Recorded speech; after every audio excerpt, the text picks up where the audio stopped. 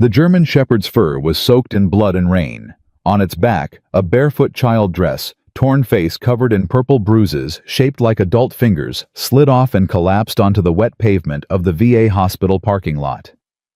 "Please. She's dying. They're killing my mama." Staff Sergeant Marcus Cole froze. He'd survived Fallujah, watched brothers die in his arms. But nothing prepared him for those eyes, gray like storm clouds, gray like his own. And around her neck hung a silver dove pendant, the same one he'd bought 9 years ago for the only woman he ever loved. Leave a like, subscribe, and comment your city below. Let's see how far this story travels. Now let's continue. Marcus Cole caught the child before her face hit the concrete. Her small body weighed almost nothing. Bones and terror wrapped in torn cotton. Blood soaked through his Navy working uniform, where her shoulder pressed against his chest. The digital camouflage of greens and browns now stained dark red. "Hey, hey! Look at me!" Gray eyes met gray eyes. The girl's breath came in ragged gasps. Her lips were turning blue. Shock. She was going into shock. "What's your name, sweetheart?" "Sophia." Her voice cracked like dry wood. "Sophia Mitchell. Please. My mama, there are men there hurting her. You have to help. You have to." She went limp in his arms. The German shepherd, not his dog, he realized now, positioned itself between Marcus and the hospital entrance. A low growl rumbled from its chest. Blood dripped from a gash on its hip, pooling on the wet pavement. "Easy, boy. Easy." Titan Marcus's own service dog approached carefully. The two German shepherds regarded each other, one bleeding exhausted, refusing to leave the child. The other calm, trained, reading his handler's escalating heartbeat. "Titan, guard." Titan moved to flank the injured dog. Some understanding passed between them. The bleeding shepherd's growl softened. Marcus was already moving toward the emergency entrance, the child cradled against his chest. His boots splashed through puddles. Rain hammered his face, but all he could see was that silver pendant catching the hospital lights. Impossible. He'd bought that necklace 9 years ago. Valentine's Day. For Hannah Mitchell, the librarian with green eyes and a laugh that made him forget about the nightmares. The only woman who ever made him believe he could be more than his father's son. The doors slid open. Chaos erupted. "I need help." Now, Dr. Amanda Pierce was the first to respond. Trauma specialist. Former Army. She didn't flinch at blood or broken men, she'd seen too much of both. "Gurney. Get me a gurney." She was already assessing as Marcus laid Sophia down. Multiple contusions, lacerations on both feet, possible fractured ribs. Her hands moved with practiced efficiency. This child ran through hell to get here. "The dog carried her." Marcus's voice was rough. 3 miles through the storm, maybe more. Dr. Pierce's eyes flicked to him. "You know her?" "No." The word tasted like a lie. "I don't know." "What do you mean you don't know?" Marcus reached out, touched the silver pendant around Sophia's neck. His fingers trembled. "I know her mother." Read. They took Sophia to trauma. Marcus stood in the hallway, dripping water and blood onto the linoleum, unable to move. Titan pressed against his leg. The familiar weight grounded him. That was what Titan was trained to do. Sense the panic attacks. Keep him anchored when the darkness tried to pull him under. Right now, Marcus needed every ounce of that training. "Cole." He turned. Dr. Pierce stood in the doorway, chart in hand. "She's stable, sedated. But I need to know, who is this child?" "I told you. I don't." "She asked for you." Dr. Pierce's voice was quiet, careful. "In her sleep, she said, 'Daddy's coming,' 3 times. She doesn't know you, does she?" Marcus's world tilted. "No." His voice sounded far away. "Never met her. Didn't know she existed." "Then why does she have your eyes?" The question hung between them like a blade. Marcus couldn't answer, couldn't breathe, couldn't process what his instincts were screaming at him. His phone buzzed, a lifeline. Ghost. He answered before the second ring. I need you. Jake Ghost Reeves had been Marcus's spotter in 3 deployments. Former CIA analyst, now running cybersecurity from a garage in East Nashville. Some bonds don't break. Brother, talk to me. I need everything on a Hannah Mitchell. Last known address within 50 miles of Nashville. And Ghost. Marcus's voice cracked.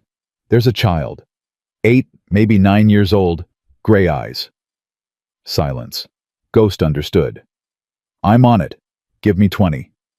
Marcus ended the call, looked at Titan. The dog's brown eyes were steady, waiting. I know, boy. I know. 23 minutes later, Ghost called back. Marcus had moved to Sophia's room. The other German Shepherd Shadow, according to the tag Sophia had murmured, before sedation lay at the foot of her bed. Hospital staff had bandaged his hip. He refused to leave the child. Titan lay beside him. 2 warriors, both wounded in different ways. What do you have? Hannah Mitchell, age 34. Worked as a librarian at the Nashville Public Library until 8 months ago. Ghost paused. Marcus could hear keys clicking. That's when she moved in with one Derek Lawson. Who is he? Ex-military. Dishonorable discharge. 3 domestic violence complaints filed against him, all withdrawn. More clicking. 2 of his previous girlfriends disappeared. Marcus. One presumed dead, body never found. The other resurfaced in a shelter 2 years later, too scared to testify. Marcus's blood turned to ice. What else? He's not working alone. Connected to a trafficking ring operating out of rural Tennessee. They use women like Hannah as leverage. Ghost's voice hardened. There's more. 9 years ago, Hannah filed a restraining order. Against Lawson, against you. The phone nearly slipped from Marcus's hand. What? 2016, Hannah Mitchell filed a restraining order against Marcus Cole, citing violent behavior and fear for her safety due to intergenerational trauma patterns. She was 8 months pregnant when she filed. Marcus couldn't speak, couldn't think. Brother, Ghost's voice was gentle. She ran because she was pregnant. She ran because she was scared you'd become your father. And that little girl in the hospital bed, she's almost 9 years old. The math was simple, brutal, undeniable. Sophia was his daughter. Marcus walked back into Sophia's room on legs that felt like concrete. She was still sleeping, small, fragile, bruised in ways that made his hands curl into fists. But alive. Still alive because a dog had carried her through 3 miles of hell to find him. He studied her face with new eyes now. The blonde hair that was Hannah's. The shape of her face, the curve of her chin, the way her small nose tilted slightly, all Hannah. But the eyes, those gray eyes that had stared back at him from every mirror for 35 years, those were his. Lily. He froze. The child's eyes had opened. My name is Sophia. Her voice was weak but steady. Why did you call me Lily? Marcus shook his head. I'm sorry. I knew a Lily once, a long time ago. Was she nice? She was my mother. Sophia considered this. Her small hand reached out, touched Shadow's head. The dog pressed closer to her. Your mama, she asked. What happened to her? Marcus sat in the chair beside her bed. The question deserved an honest answer, even if it broke him to give it. My father hurt her, for a long time. He kept his voice steady, controlled, the way he'd learned in the SEALs. I was 12 when they took me away, put me in foster care. Is she okay now? No, sweetheart, she passed away. I'm sorry. Sophia's gray eyes, his eyes filled with tears. That's very sad. It is. She was quiet for a moment. Then, my mama's boyfriend hurts her too. That's why Shadow brought me here. To find help. Marcus leaned forward. Sophia, I need you to tell me everything. Can you do that? Are you going to save her? Yes. Promise. He took her small hand in his, scarred knuckles against tiny fingers. I promise. The story came out in fragments, broken pieces that Marcus had to assemble like a bomb he was trying to defuse. Derek Lawson, Hannah's boyfriend for 8 months. Nice at first they always were. Gifts and dinners and promises. Then the drinking started. The yelling. The first slap that Hannah explained away as stress. Mama said it was her fault. Sophia's voice was flat, rehearsed, like she'd heard the excuse so many times she'd memorized it. She said she made him angry. Marcus's jaw clenched. It wasn't her fault. It's never the victim's fault. I know. Sophia looked at him. Mama's smart, but sometimes smart people make dumb mistakes. She told me that once, after she fell down the stairs. She didn't fall, did she? No. Marcus forced himself to breathe, to stay calm. Sophia needed information, not rage. Tell me about tonight. Derek brought friends, 2 men. They were drinking loud. Mama asked them to leave. Sophia's voice grew smaller. Derek grabbed her hair, dragged her across the kitchen. I ran out of my room screaming for him to stop. What happened then? He looked at me. Sophia shuddered. Like I was garbage. Like I was nothing. He hit me so hard I fell down. Marcus's hands were shaking. He pressed them flat against his thighs. Go on. His friends laughed. They picked me up and threw me in my room, locked the door from outside. Tears streamed down her face now. I heard Mama screaming, screaming and screaming. Then it stopped. Everything got quiet. That's when Shadow broke through the window. The dog broke through the window. Sophia nodded. Glass everywhere. He was bleeding, but he didn't stop. He barked at me until I climbed on his back. Then he ran. How did he know to come here?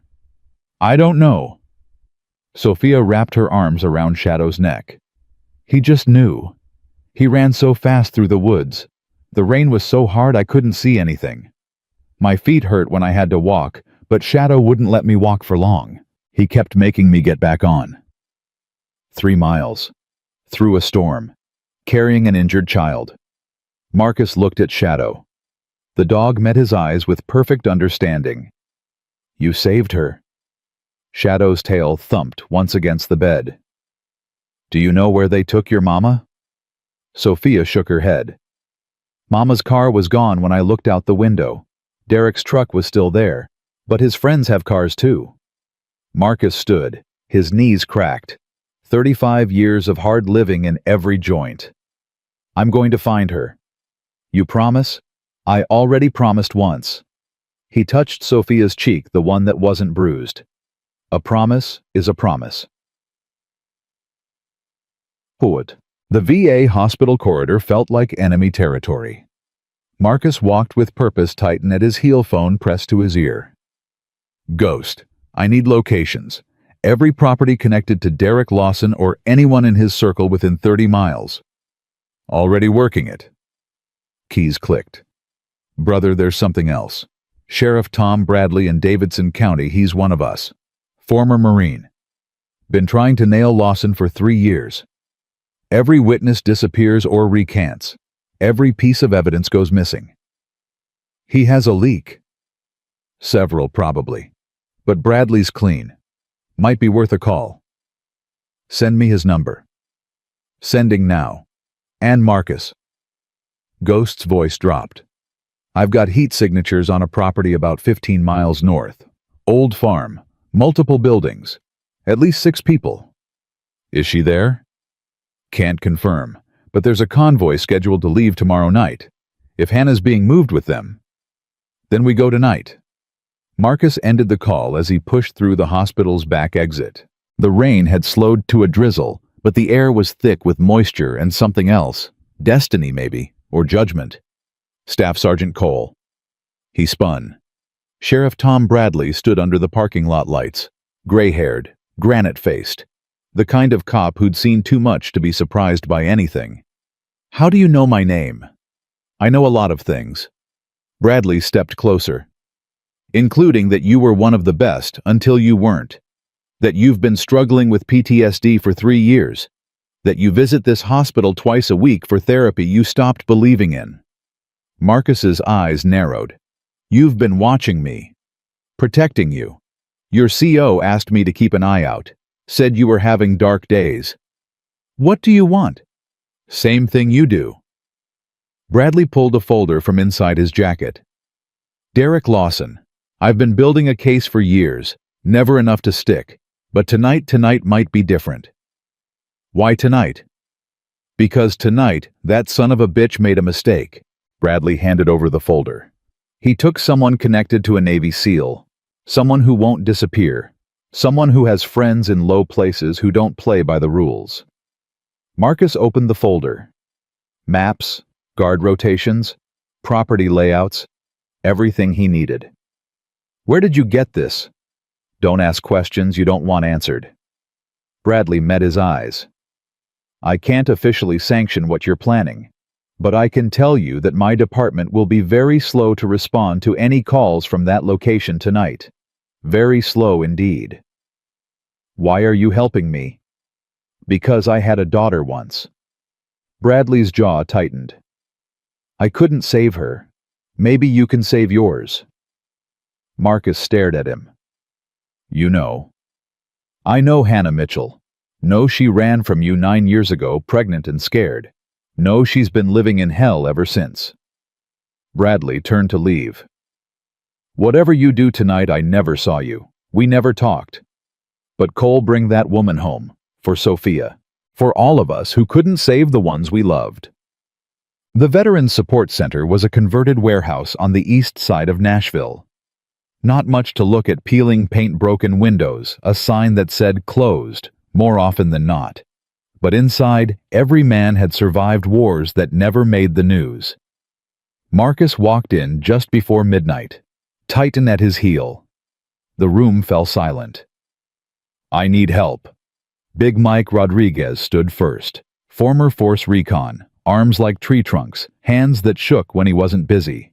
"What kind of help?" "The kind that crosses lines." Silence. Then Xavier Price, Sniper 3 tours, now teaching at-risk youth, cracked his knuckles.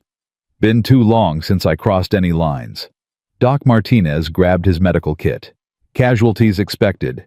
There's a woman, held by men who'd kill rather than let her go." "And the law?" "Sheriff's aware, but the law has limits." Marcus scanned the room. "I'm not asking anyone to come. This isn't official. Might not end well." One by one, every man in that room stood up. Big Mike grinned the dangerous kind. "Brother, we've been waiting for something worth fighting for. Tell us the target."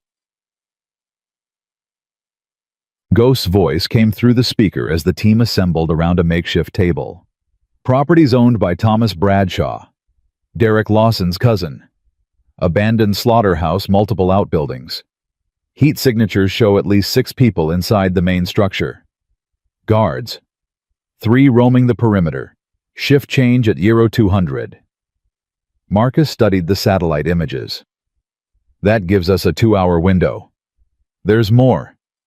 Ghost hesitated. "One heat signature is isolated. Basement level. Smaller than the others. Could be Hannah.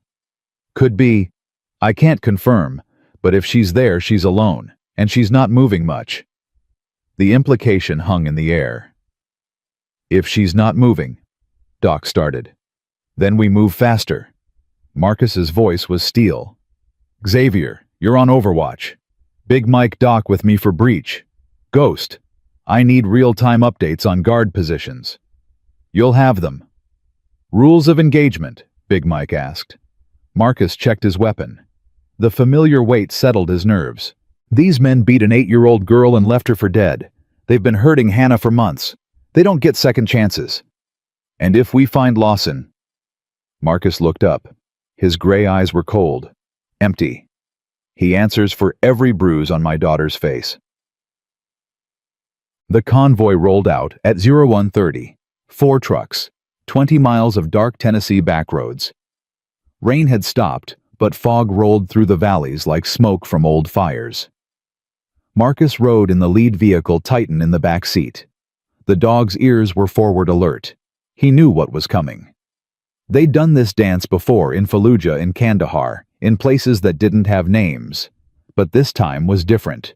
This time it was personal. His phone buzzed. Ghost. Guard rotation just happened. You've got clear approach from the north side, but Marcus, I'm picking up radio chatter. They know something's wrong. The girl, has to be. They found the broken window, found the blood trail. They know someone escaped. Then they know we're coming. Maybe. Or maybe they think she died in the storm. Ghost paused. Either way, they're spooked. There's talk of moving the package early. Package. That's what they're calling her, the package. Marcus's grip tightened on the steering wheel. How long? Maybe an hour, maybe less. Then we don't wait for 0200. He grabbed his radio. All teams, plans changed. We go now. Hard and fast. No prisoners. The radio crackled with acknowledgments. Marcus looked at Titan in the rearview mirror. Time to hunt, boy. Titan's tail wagged once. His eyes gleamed in the darkness. Yes, the slaughterhouse appeared through the fog like something from a nightmare. Rusted metal walls, broken windows staring like dead eyes, a single light burning somewhere deep inside. Marcus killed the engine 100 yards out. Hand signals only from here. Xavier peeled off toward the East Ridge high ground with clear sight lines. Big Mike and Doc stacked up behind Marcus at the north entrance. Titan pressed against his leg, waiting. Ghost, talk to me. 3 guards visible. 1 at the main entrance, 2 patrolling. The others are inside ground floor. The isolated signature is still in the basement, still not moving much. Copy. Marcus drew his Glock. Checked the chamber. Felt the old training take over the part of him that knew how to clear rooms and neutralize threats without thinking. The part of him he'd tried to bury for 3 years. On my mark. Big Mike nodded. Doc's hands were steady on his kit. 3, 2, 1. Mark. They moved like shadows. The first guard went down before he could raise his weapon. Zip ties. Gag. Silent. The second saw them coming. His hand reached for his radio. Titan was faster. 80 pounds of German Shepherd hit the man's arm before he could transmit. The radio clattered to the ground. Big Mike had him restrained in seconds. Good boy. Marcus scratched Titan's ears. Good boy. The third guard never saw Xavier's shot coming. Tranquilizer dart Ghost's idea. Less noise. Fewer questions. Main entrance clear, Marcus radioed. Moving to breach. The slaughterhouse door gave way on the second kick. The smell hit him first. Old blood and rust. Decay and desperation. Familiar smells from places he'd tried to forget. Voices echoed from somewhere ahead. Male, slurred, laughing. Told you she'd stop fighting eventually. They always do. We should just finish this and go. That kid saw our faces. Kid's dead by now. No way she survived that storm. Marcus moved faster. Titan silent beside him, training overriding rage. Then he saw her. Hannah Mitchell was chained to a support beam, wrists raw and bleeding, face so swollen he almost didn't recognize her. But the green eyes, even blackened, even barely open, were the same eyes that had looked at him with love once, and then with fear. Hannah. Her head lifted. Recognition flickered through the pain. Marcus. A whisper. Broken. No, you can't be here. They'll kill you. Let them try. He was moving before the 3 men in the room could react. Glock up. Voice steady. The warrior's mask firmly in place. Nobody moves. Derek Lawson turned first. Tall. Military haircut gone to seed. Eyes that had seen violence and enjoyed it. Cole, he smiled. Casual. Like they were meeting at a bar. I know who you are. Did my homework when Hannah used to cry your name in her sleep. On your knees.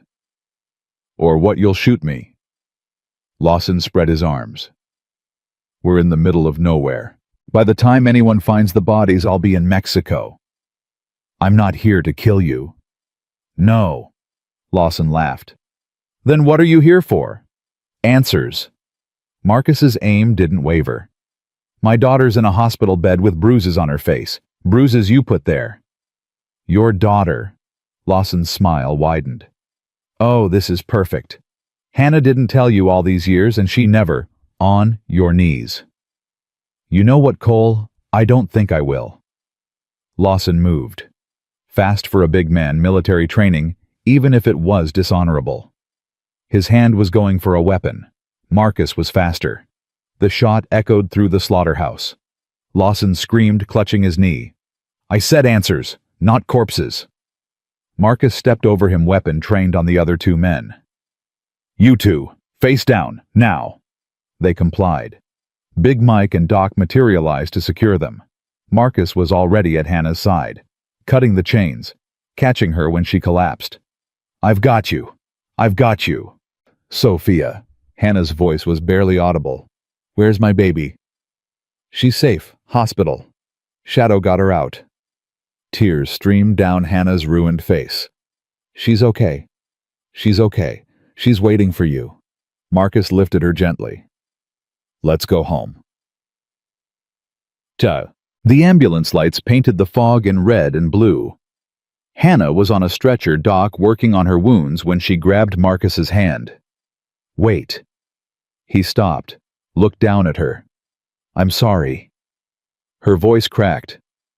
I was wrong. About you. About everything. You were protecting Sophia. I was protecting her from the wrong person. Hannah's green eyes, one nearly swollen shut, found his. You're not your father, Marcus. You never were. How do you know? Because your father would have killed Derek. He would have put a bullet in his head and called it justice. She squeezed his hand. You shot him in the knee. You wanted answers, not revenge. Marcus said nothing. The truth was more complicated than she knew. The truth was, he'd wanted revenge more than anything. Every instinct had screamed at him to end Lawson's life. But then he'd thought of Sophia. Those gray eyes. That small hand reaching for his. He'd thought of the father he never wanted to become. And he'd aimed low. Sophia needs to know you. Hannah's voice was fading, the sedatives taking hold.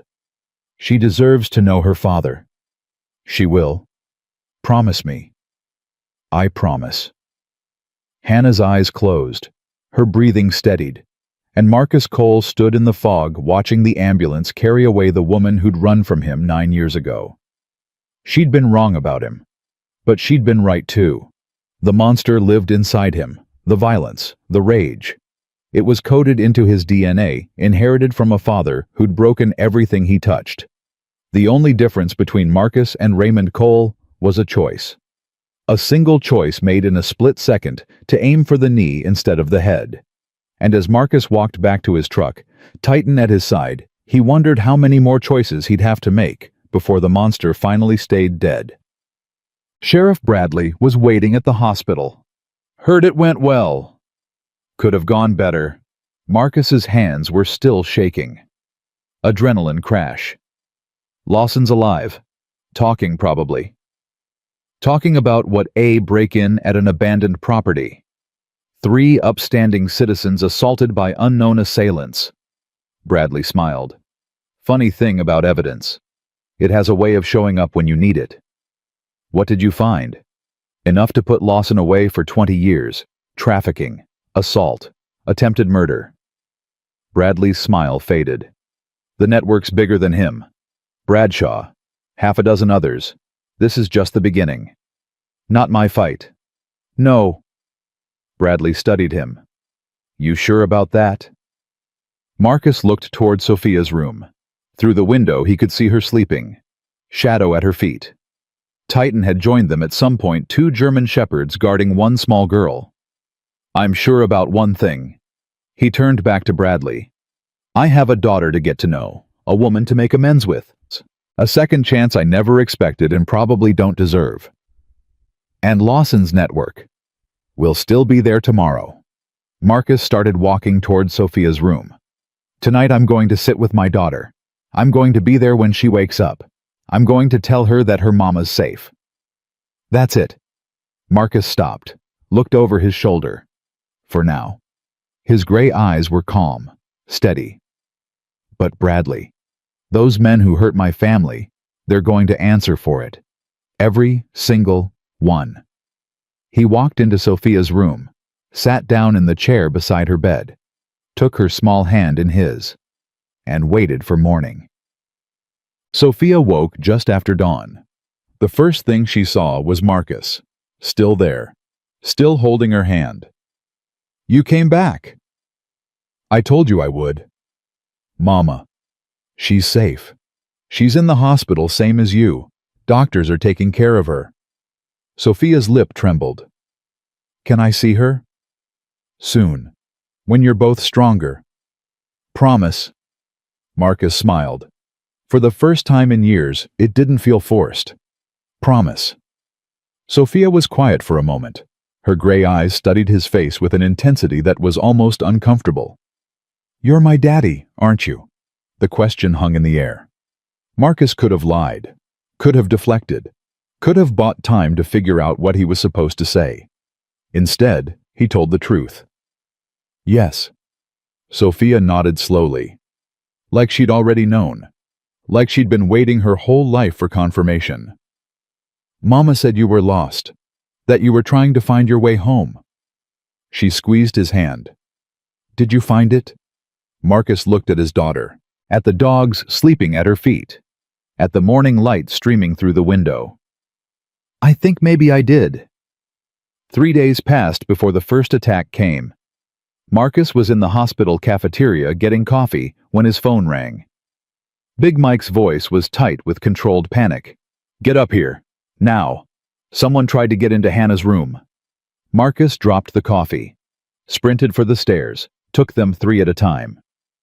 Titan ran beside him, matching his pace stride for stride. The ICU floor was chaos. Nurses shouting, security guards running. Somewhere he could hear Sophia crying. What happened? Marcus grabbed Big Mike by the shoulders. Guy in scrubs. Walked right past the nurse's station like he belonged here. Ghost spotted him heading for Hannah's room and tackled him before he got through the door. Where is he now? Security has him in the basement. Big Mike lowered his voice. He had a syringe full of potassium chloride, enough to stop her heart in 30 seconds. Marcus's blood went cold. Lawson's people. Has to be. That text you got wasn't a bluff. They're really coming for her. Marcus found Sophia huddled in the corner of the waiting room. Ghost had his arms around her, shielding her from the chaos. Shadow and Titan flanked them both, 2 German shepherds forming a protective wall. Daddy! She launched herself at Marcus the moment she saw him. A bad man tried to hurt Mama. Ghost stopped him, but I was so scared. I know, baby. I know. He held her tight. Mama's safe. Ghost protected her. That's what we do. We protect each other. What if more bad men come? Then we'll stop them too. Promise. Marcus looked over Sophia's head at Ghost, at Big Mike, at the brothers who had followed him into hell and would follow him further still. I promise. Sheriff Bradley arrived within the hour. The would-be assassin was a hired gun named Marcus Webb. Professional. Expensive. Connected to trafficking networks across 6 states. He's not talking, Bradley said. Lawyer showed up before we could even process him. Expensive lawyer. The kind that makes problems disappear. Lawson's running things from prison. That's the thing. Bradley pulled Marcus aside. Lawson's locked down in federal custody. No phone calls. No visitors. Complete isolation. Then who sent Webb? Thomas Bradshaw, Lawson's cousin, the one who owned the slaughterhouse. Bradley's jaw tightened. He's out on bail and very motivated to tie up loose ends. Hannah can identify his associates. And Sophia can testify about what she saw. They're both targets now. Marcus looked toward Hannah's room. Through the window, he could see her sleeping. Bandages covered most of her face. Machines beeped steadily. What do we do? Officially, I can post a guard outside her room. Maybe two if I pull strings. Bradley paused. Unofficially, you need to move them. Somewhere Bradshaw can't reach. Where? That's your call, Cole. But whatever you decide fast. Webb wasn't working alone. There'll be others. Marcus called church that night. Not the religious kind, the veteran kind. Every man from the support center gathered in a supply closet the hospital had stopped using. 20 brothers. Leather jackets and combat boots, and hands that knew how to kill. You all know what happened today, Marcus began. Someone tried to murder Hannah. They'll try again. And next time, they might come for Sophia too. Big Mike stood up, 62 years old, gray beard, hands that had broken more bones than most doctors had set. What do you need, Press? Marcus wasn't technically their president, but somewhere along the way they'd started calling him that anyway. 24-hour protection, rotating shifts. Nobody gets near Hannah's room without clearance from me personally. Done. I need Ghost to dig deeper into Bradshaw's network. Find out who's giving orders. Ghost nodded. Already started. There's a lieutenant in Memphis, name's Victor Chen. He handles logistics for the trafficking operation. If anyone knows where the threats are coming from, it's him. Then we find Chen. That's not going to be easy. Chen's paranoid. Never stays in one place more than a few days. Always surrounded by security. Then we'll have to be creative. Dr. Pierce appeared in the doorway. Her face was grim. Marcus, Hannah's awake. She's asking for you. Hannah looked smaller than Marcus remembered. Fragile in a way she'd never been before. Her green eyes, one still swollen shut, followed him as he sat beside her bed. Hi. Hi yourself. He took her hand. How are you feeling? Like I got hit by a truck. She tried to smile. It didn't quite work. They told me what happened. The man with the syringe. We stopped him. This time. Hannah's voice cracked. Marcus, they're not going to stop. These people Bradshaw his network, they don't leave witnesses. Neither do I. This isn't Fallujah. You can't just... I can. His voice was quiet, certain. I will. And Sophia? What happens to her if you get killed playing soldier? The question hit harder than he expected. Because she was right. He wasn't alone anymore. Every choice he made affected the little girl sleeping down the hall. What do you want me to do? His voice was rough. Run, hide. Let them come for you while I watch from a safe distance. I want you to be smart. Hannah squeezed his hand. I spent 9 years running from you because I was afraid of your violence. Now I'm asking you to use it. But use it carefully, strategically. Don't become the monster they are. And if being careful isn't enough, then I guess we'll find out what kind of man you really are. Marcus met her eyes. The woman who'd left him. The mother of his child. The reason he'd spent 9 years drinking himself to sleep and waking up screaming. I'm going to protect our family, Hannah.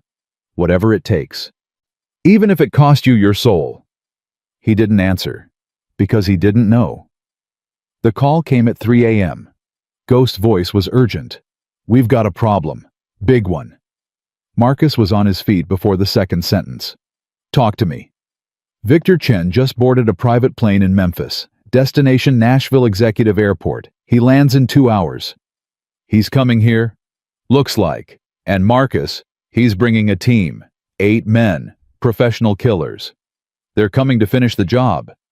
That's my read. But there's something else. Ghost paused. One of Chen's men. His name's Raymond Cole. The world stopped spinning. What? Raymond Cole, 47 years old, former military, dishonorable discharge. Ghost's voice was careful.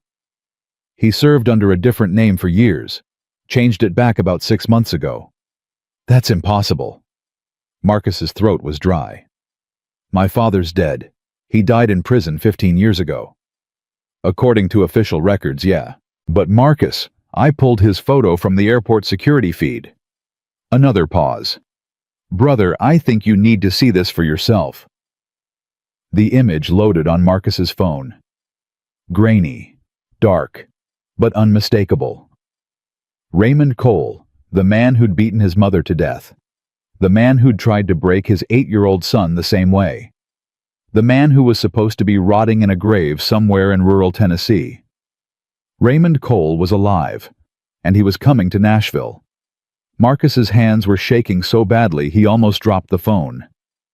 Titan pressed against his leg, whining softly. That's not possible. His voice didn't sound like his own. I testified at his trial. I watched them take him away. Prison records show he died of a heart attack in 2011. But there's no body.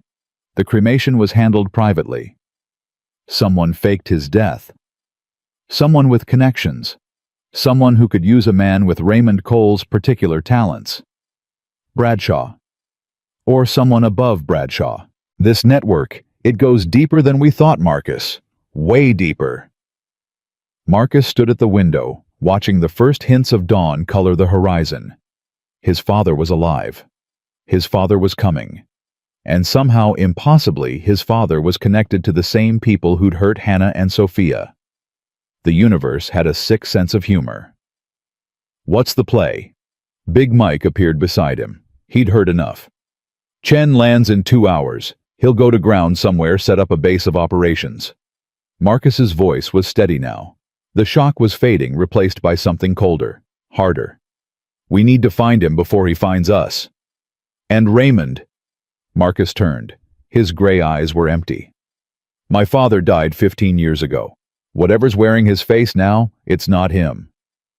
But if it is, then I'll do what I should have done when I was 12 years old. He walked away before Big Mike could respond. There was nothing left to say. Hannah noticed the change immediately. Something happened. She struggled to sit up when Marcus entered her room. What's wrong? We need to move you. Today. Now. Marcus, I can barely walk. Doc will handle transport. I've got a safe house outside the city, off the grid. No one will find you there. You're scaring me. Hannah grabbed his wrist. Talk to me. What happened? He couldn't tell her, couldn't form the words. Because saying it out loud would make it real, and he wasn't ready for real, not yet. There's a team coming, professional, well-funded. We intercepted their communications. That's not everything. No. He met her eyes. But it's enough for now. Please, Hannah, trust me. I trusted you once. Look where it got us. I know. His voice cracked. I know I don't deserve another chance, but I'm asking anyway. For Sophia's sake, if not for mine. Hannah studied his face for a long moment. Whatever she saw there seemed to soften something in her. Okay. She released his wrist. But when this is over, you're going to tell me everything. All of it. No more secrets. Deal. The evacuation took less than an hour. Doc had requisitioned an ambulance. Big Mike drove. Ghost handled counter-surveillance, tracking every vehicle that came within a mile of their route. Sophia sat beside Marcus in the back, clutching Shadow's collar with one hand and his fingers with the other. Where are we going? Somewhere safe. Is Mama okay? Marcus looked at the stretcher where Hannah lay sedated for transport. The bruises on her face were starting to yellow. Healing. Slowly. She will be. Why do bad men keep coming? Because they're scared. Marcus squeezed her hand. Bad men are always scared of people who aren't afraid to stand up to them. Are you scared? He thought about Raymond, about the man he'd spent 30 years trying not to become, about the possibility that he'd been running from a ghost who was still very much alive. Yeah, he admitted. Sometimes I'm scared. Me too. Sophia leaned against his shoulder. But it's okay to be scared together, right? Right, baby girl, it's okay to be scared together. The safe house was a converted barn on property Big Mike's grandmother had left him. 20 acres of nowhere surrounded by trees and accessible only by a single dirt road. Ghost had set up surveillance around the perimeter. Motion sensors, cameras, enough warning systems to detect an army. Chen's convoy just left the airport, Ghost reported as they got Hannah settled. They're heading toward downtown Nashville, probably setting up at one of Bradshaw's properties. How many? 8 confirmed, could be more. And my father. Ghost hesitated. Still no visual, but his phone pinged near the convoy about an hour ago. Marcus walked to the window. The sun was fully up now, burning through the morning mist. He'll come here. It wasn't a question. How do you know? Because that's what I would do. Marcus turned. Find the weak point, apply pressure, make your enemy come to you. You're not going after them. No, I'm going to let them come to me. He smiled, but there was no warmth in it. Home field advantage. Marcus. Ghost stepped closer. If Raymond really is alive, if he's really working with these people, you can't face him alone. I won't be alone. I'll have my brothers. Marcus looked at the men gathered around the room. Veterans, survivors, killers when they needed to be. But when the moment comes when I'm standing across from the man who murdered my mother, that's between him and me. This isn't about revenge. No. Marcus's voice was quiet. It's about ending a cycle. My father broke everything he touched. His father did the same, and his father before that. 3 generations of violence passed down like a disease. And you think killing him will cure it? I think giving him the chance to surrender will prove something. To me, to Sophia. He paused. To whoever's watching. And if he doesn't surrender? Marcus didn't answer. He didn't need to. The attack came at nightfall. Ghost's perimeter alarm triggered at 7:47 p.m. 8 vehicles approaching from the north, moving fast. No headlights. They found us. Big Mike chambered around. How? Doesn't matter. Marcus was already moving. Battle stations. Everyone knows their position. The veterans scattered with military precision. Xavier to the roof for overwatch. Doc to the basement with Hannah and Sophia. The others spread across the property's defensive positions. Marcus stayed in the main room, Titan at his heel, Shadow beside him, waiting. The first wave hit the tree line. Gunfire erupted. Muzzle flashes lit up the darkness like angry fireflies. Contact north. Xavier's voice crackled through the radio. 6 targets, taking fire. Copy, hold position. More gunfire. An explosion. Someone had triggered one of Ghost's surprises. 2 down, 4 advancing. Marcus watched through the window. The attackers were good, professional, moving in coordinated teams covering each other's approaches. But they weren't SEALs. Let them get closer. Prez, they're almost at the house. I said closer. 50 yards, 30, 20. Now. The trap sprung. Hidden defenders opened fire from concealed positions. The attackers caught in a crossfire had nowhere to run. It was over in less than 3 minutes. Clear? Big Mike's voice. Area secure, 7 down, 1 unaccounted for. Marcus's blood went cold. Find him. Already looking. Ghost, you got eyes. Static. Then, I've got movement. East side. Single target. He's heading for the basement. Where Hannah and Sophia were hiding. Marcus ran. The basement door was open. He descended the stairs silently, Titan at his heel. His weapon up.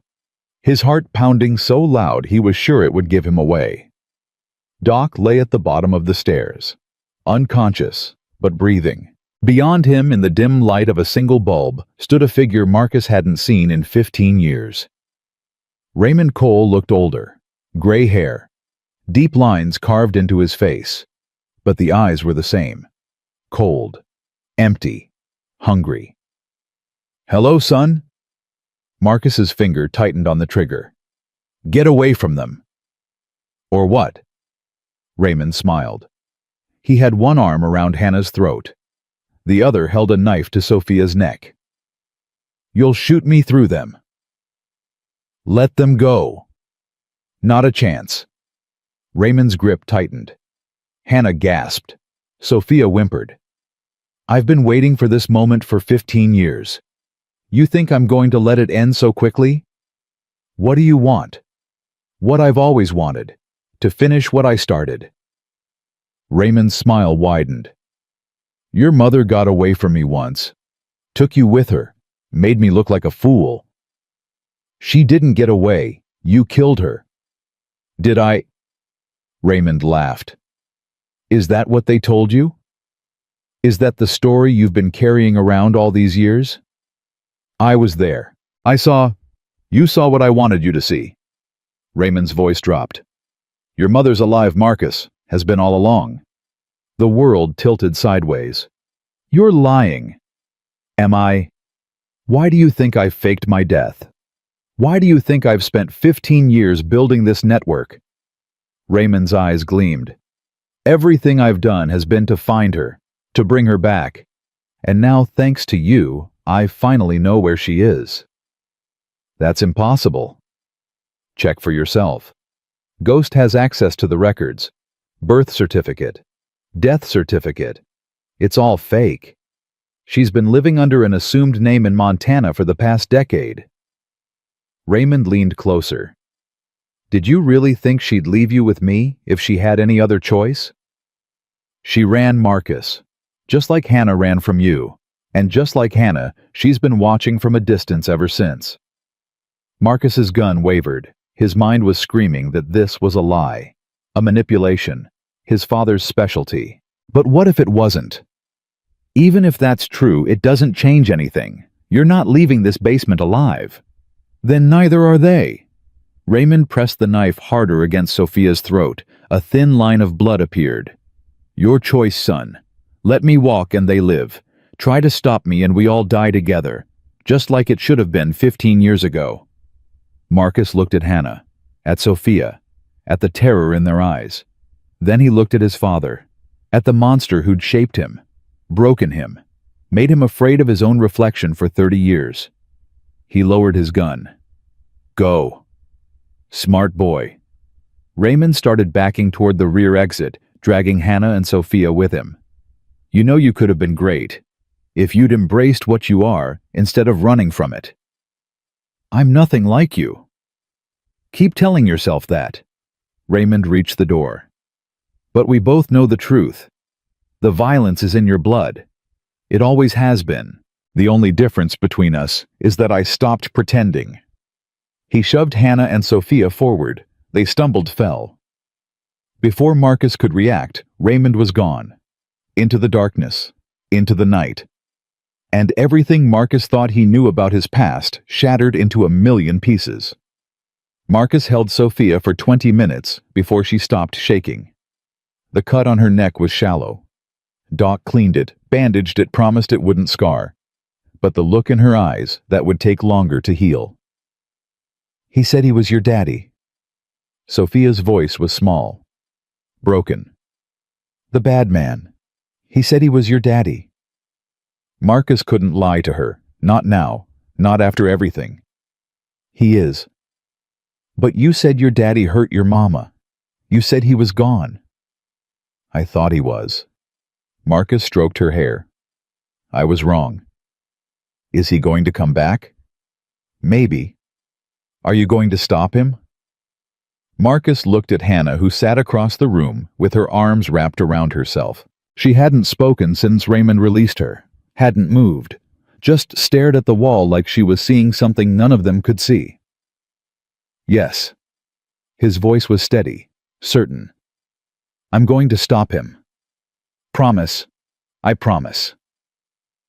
Ghost found him an hour later standing outside in the cold, staring at nothing. We need to talk. Not now. Yes, now. Ghost stepped closer. I ran the search. Raymond wasn't lying. Marcus's heart stopped. What? Your mother, Lillian Cole. Death certificate filed in 1997. Body cremated. No witnesses to the actual death. Ghost held up his tablet. But there's a woman in Montana named Ann Brennan. Same age, same birthmarks listed in her old medical records. She's been living in Billings for the past 12 years. That doesn't prove anything. No, but this might. Ghost handed him a photograph. A woman in her 60s. Gray hair pulled back in a simple ponytail. Green eyes that Marcus remembered from his childhood. A smile he'd seen in his dreams for 30 years. The woman was gardening. Roses. His mother had always loved roses. Where did you get this? Traffic camera. Took it 3 days ago. Ghost paused. Marcus, she's alive. Your mother is alive. The photograph trembled in Marcus's hands. He wanted to believe it was the cold, but he knew better. Raymond said he faked his death to find her. That tracks. He's been building resources for 15 years, building a network that could search for one woman across an entire country. Why? Because he's obsessed. Ghost's voice was quiet. Because men like Raymond don't let go. They can't. Whatever happened between them, whatever your mother did to escape, he's been planning revenge ever since. And now he knows where she is. Because of us. Ghost met his eyes. Our search pinged the same databases his network uses. He's been waiting for someone to find her, and we did. Marcus wanted to scream, wanted to punch something, wanted to go back in time and never run that search. Instead, he did what he always did. He planned. How long until he reaches Montana? If he drives straight through 18 hours, if he flies 6, then we fly faster. Marcus. Ghost grabbed his arm. Think about this. You just survived one ambush. Hannah and Sophia are barely holding together. And you want to fly across the country to confront the man who almost killed all of you. That man is going to murder my mother. You don't know that. I know him. Marcus's voice was cold. Raymond Cole doesn't leave loose ends. He doesn't forgive. And he doesn't stop until he gets what he wants. What does he want? Control. He always wanted control. Marcus pulled free. My mother took that from him when she ran. She made him look weak. And men like Raymond, they'd rather die than look weak. So what's the play? Marcus looked at the photograph again. At the woman who'd given him life. Who'd protected him as long as she could. Who'd apparently sacrificed everything, including her son, to escape a monster. We get there first. We warn her. And when Raymond shows up, we end this. And Hannah, Sophia? They come with us. I'm not leaving them unprotected again. Ghost shook his head. This is crazy. Probably. Marcus started walking toward the house. Call Big Mike. Tell him we're moving out in 2 hours. Where are we going? Montana. Marcus didn't look back. To meet a ghost. Hannah was waiting when he came inside. I heard. Her voice was flat, controlled. Your mother's alive. Apparently. And you're going after her. I'm going to save her. From your father. From the same man who hurt you. Who hurt Sophia. Marcus stopped in front of her. I know you're tired. I know you're scared. But I need you to trust me one more time. Trust you. Hannah laughed. It wasn't a happy sound. Marcus, your father just held a knife to our daughter's throat. He knew exactly where to find us. And now you want me to get on a plane and fly across the country into another trap. It won't be a trap. How do you know? Because this time I'll be ready. You weren't ready tonight. You let him walk. You had a gun pointed at his head and you let him walk. The accusation hit like a physical blow. Because she was right. He'd had the shot. Could have ended it. But Sophia was watching. And Hannah. And in that moment pulling the trigger would have made him exactly what Raymond always said he was. He had a knife to Sophia's throat. He was going to kill her anyway. You know that. I know that. The only reason we're alive is because he wanted to hurt you more than he wanted to hurt us. Hannah. No. She stepped closer. You don't get to make this about noble choices. You froze. You saw your father and you froze. And if that happens again, if you hesitate when it matters, we're all dead. Marcus wanted to argue, wanted to defend himself. But the truth was, she wasn't wrong. He had frozen. Not because of Sophia, not because of the knife. Because for one terrible moment, looking into Raymond's eyes, he'd seen himself. It won't happen again. How can you be sure? Because next time I won't be thinking about what I might become. Marcus's voice hardened. I'll be thinking about what he already is, and what he'll do to my mother if I don't stop him. Hannah searched his face. Whatever she found there seemed to satisfy her. Fine. We go to Montana. But Marcus? She grabbed his collar, pulled him close. If you freeze again, I'll kill him myself. Fair enough. The flight took 4 hours. Ghost had arranged a private plane. Don't ask how, don't ask whose. Big Mike, Xavier, and Doc came along. The others stayed behind to clean up the mess at the safe house. Sophia slept with her head in Marcus's lap. Shadow curled at her feet. Titan lay in the aisle, eyes open, watching. Tell me about her. Hannah's voice was quiet. They hadn't spoken since takeoff. Your mother. What was she like? Marcus stared out the window at the darkness below. Kind, patient, stronger than anyone knew. He paused. She used to sing to me at night. After Raymond went to bed, she'd sneak into my room and sing until I fell asleep. What happened? The night you thought she died. Raymond came home drunk, angrier than usual. He'd lost his job that day, blamed her like he always did. Marcus's jaw tightened. I heard them fighting, heard her screaming. By the time I got downstairs, you don't have to. She was on the floor, blood everywhere, Raymond standing over her with a broken bottle. Marcus closed his eyes. I thought she was dead. I ran, hid in the closet until the police came. But she wasn't dead. I guess not. His voice was hollow. I testified at his trial, described what I saw. They showed me photos of the crime scene, photos of her body. He looked at Hannah. How do you fake that? How do you convince an 8-year-old boy that his mother is dead when she isn't? Maybe she thought it was the only way to protect you. By abandoning me. By making Raymond think he'd won. Hannah took his hand. If she was alive, if Raymond knew she was alive, he never would have stopped hunting her. And you would have been leverage. A way to get to her. So she sacrificed me. She saved you. Hannah squeezed his fingers. You survived Marcus. You grew up. You became a SEAL, a hero, a father. None of that happens if Raymond Cole spent your childhood using you as bait. You don't know that. I know what men like him do to children. Her voice cracked. I've seen it, lived it. If your mother made the choice to disappear, it wasn't because she didn't love you. It was because she loved you more than anything. Marcus wanted to believe her. God, he wanted to believe her. But 30 years of grief didn't disappear because of one photograph. We'll find out soon enough. They landed in Billings at 6 a.m. local time. Ghost had arranged vehicles, 3 SUVs, enough hardware to start a small war. Marcus hoped they wouldn't need it. The address was a small house on the edge of town.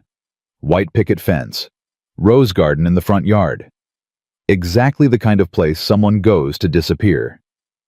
How do you want to play this? Big Mike asked. I go in alone. Like hell you do. She's my mother. Marcus checked his weapon. If she sees a squad of armed men approaching her house, she'll run, or worse.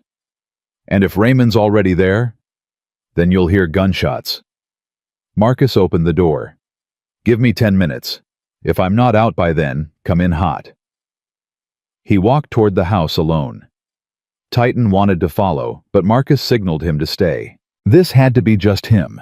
Just a son, meeting the mother he'd buried 30 years ago. The front door was unlocked. That was the first warning sign. Marcus drew his weapon, moved silently through the entryway. Kitchen to the left, living room to the right. Everything neat, organized, lived in. On the mantel photographs. A woman through the years, aging, changing, but unmistakably his mother. And in the corner of one frame, almost hidden, a faded picture of a young boy with gray eyes. Him. She'd kept a picture of him. "You came." He spun. She stood in the kitchen doorway. Older than the photograph.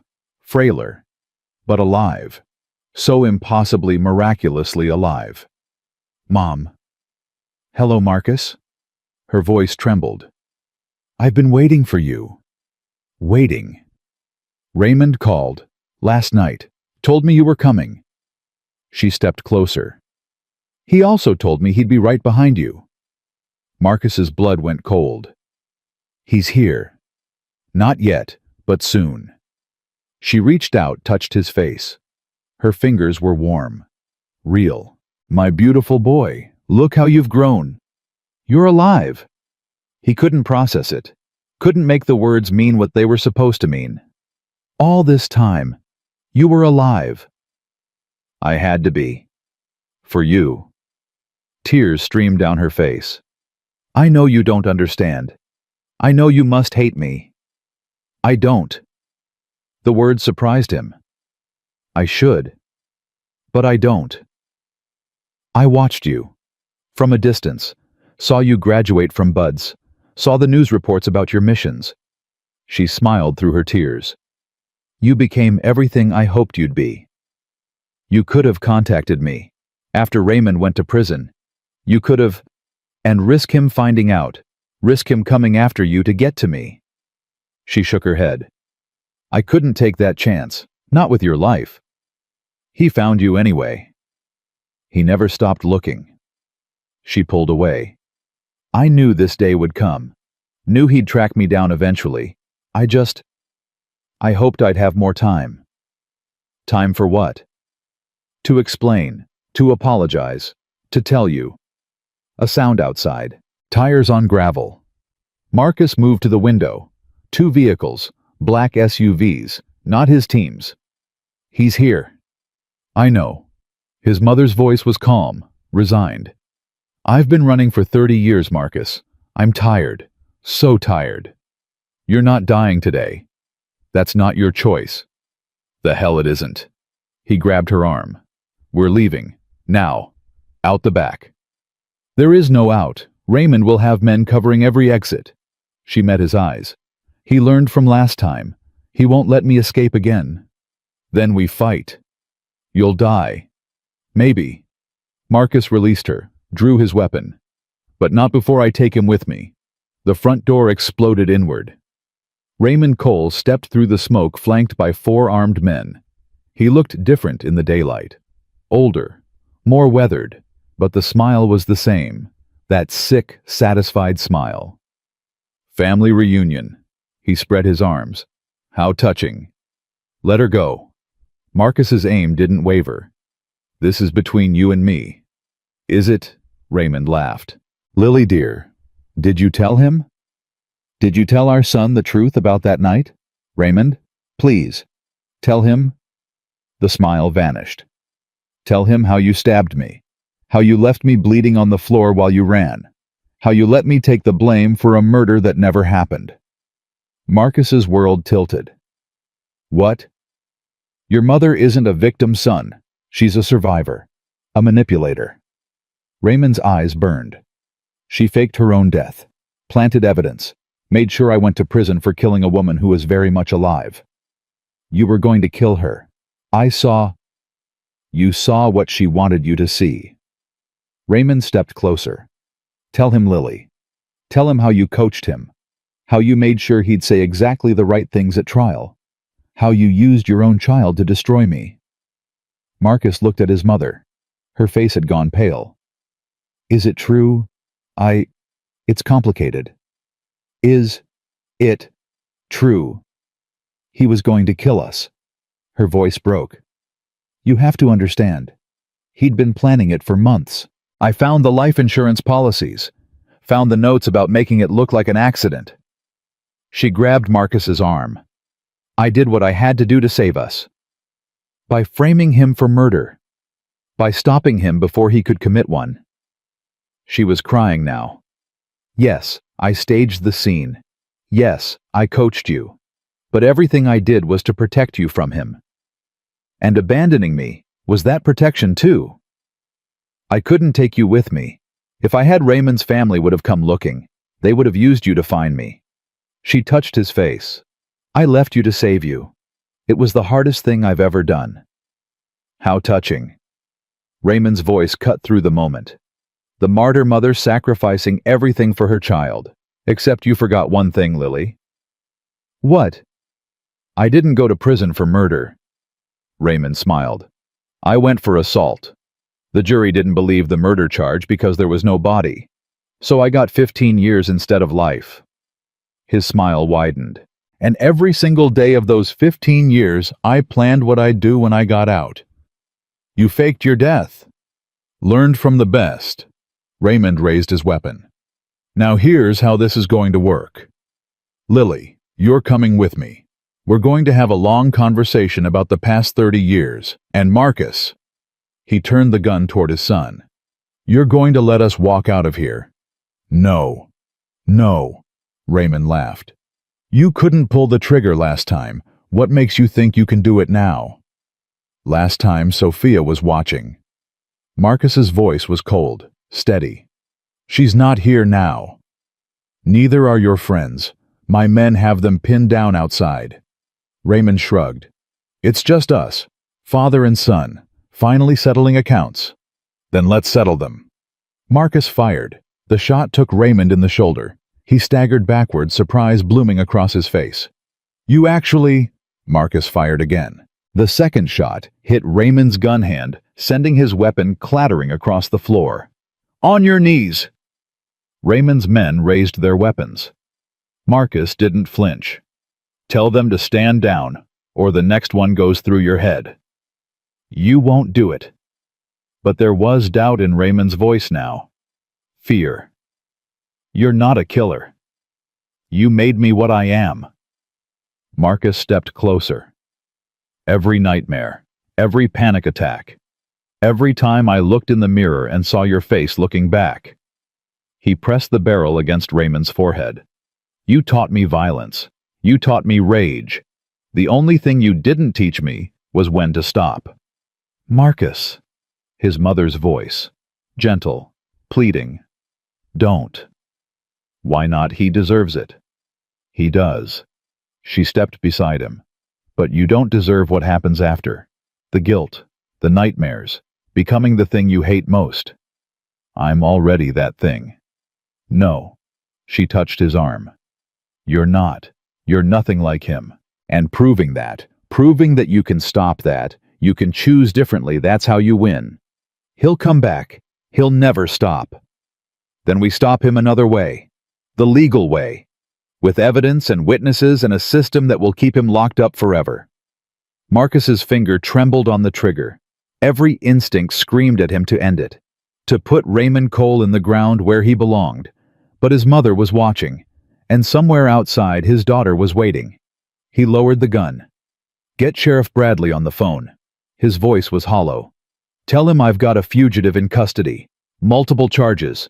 Enough to bury him in federal prison until he rots. Raymond laughed. Blood bubbled from his wounds. You think prison will stop me? I escaped once. I'll escape again. No. Marcus leaned close. You won't. Because this time, I'll be watching. Every day. Every month. Every year. And the moment you step out of line, I'll be there. To do what? Arrest me again. No. Marcus smiled. It was not a kind smile. To finish what I started. He stepped back, nodded to his mother. Call it in. We're done here. The aftermath took hours. Sheriff Bradley coordinated with Montana authorities. Raymond was taken into federal custody. Multiple states wanted him for multiple crimes. The trafficking connection alone guaranteed he'd never see daylight again. Marcus sat on the porch watching the sun set over the mountains. His mother sat beside him. For a long time, neither of them spoke. "I'm sorry." Her voice was quiet. "For everything." "I know. I wanted to come back so many times, but I was afraid." "I understand. Do you—" She turned to face him. "Do you really—" Marcus thought about Hannah, about running from violence, about the impossible choices parents make to protect their children. "Yeah." He took her hand. "I think I do. Your daughter, Sophia." His mother smiled. "She has your eyes. She has Hannah's everything else. Hannah seems strong, a survivor." "She is." Marcus paused. "She left me too, you know, when she was pregnant. Took Sophia and ran because she was afraid I'd become Raymond." "Did you?" "I've spent 30 years trying not to." He met her eyes. "Some days I'm not sure I succeeded." "You're here." She squeezed his hand. "You had a gun to your father's head, and you didn't pull the trigger. That's not Raymond. That's not the man I was afraid you'd become." "Then who am I?" His mother smiled. The same smile he remembered from childhood, from lullabies and whispered promises and the belief that everything would be okay. "You're Marcus Cole, my son, a SEAL, a father." She touched his face. "A good man." For the first time in 30 years, Marcus let himself believe it. Big Mike appeared in the doorway. "Pres Hannah wants to see you. Says it's important." Marcus found Hannah inside with Sophia. Both of them were watching something on Ghost's tablet. "What is it?" "Bradshaw." Hannah's voice was tight. "He's making a move." Ghost pulled up the feed. Security camera footage from the Nashville hospital. Thomas Bradshaw. Derek Lawson's cousin walked through the front entrance with 3 armed men. "He's going after anyone who can testify against the network." Ghost's fingers flew across the keyboard. With Raymond in custody, Bradshaw's the last one standing. He's cleaning house. "Who's at the hospital?" "Everyone we helped. The other women from the trafficking ring. The witnesses." Marcus grabbed his phone. "Get me Bradley." But even as he dialed, he knew they were too late. Bradshaw had a 12-hour head start, and the war was far from over. The plane touched down in Nashville at 3 a.m. Marcus was on his phone before the wheels stopped rolling, barking orders to Sheriff Bradley, while Ghost tracked Bradshaw's movements in real time. "He hit the safe house first." Bradley's voice was grim. "2 of my deputies are dead. 3 witnesses missing. Nisses." "Which witnesses?" "Maria Santos, Jennifer Webb, and a woman named Claire. She was going to testify about the trafficking routes." "Where's Bradshaw now?" "Gone. Disappeared like smoke." Bradley paused. "Marcus, this is getting out of control.